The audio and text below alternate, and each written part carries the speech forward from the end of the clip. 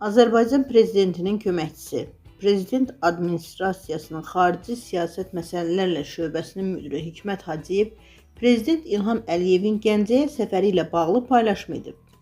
Ölkə AZ xəbər verir ki, Hikmət Hacıyev 10-cu sosial şəbəkəsində müvafiq postu paylaşıb.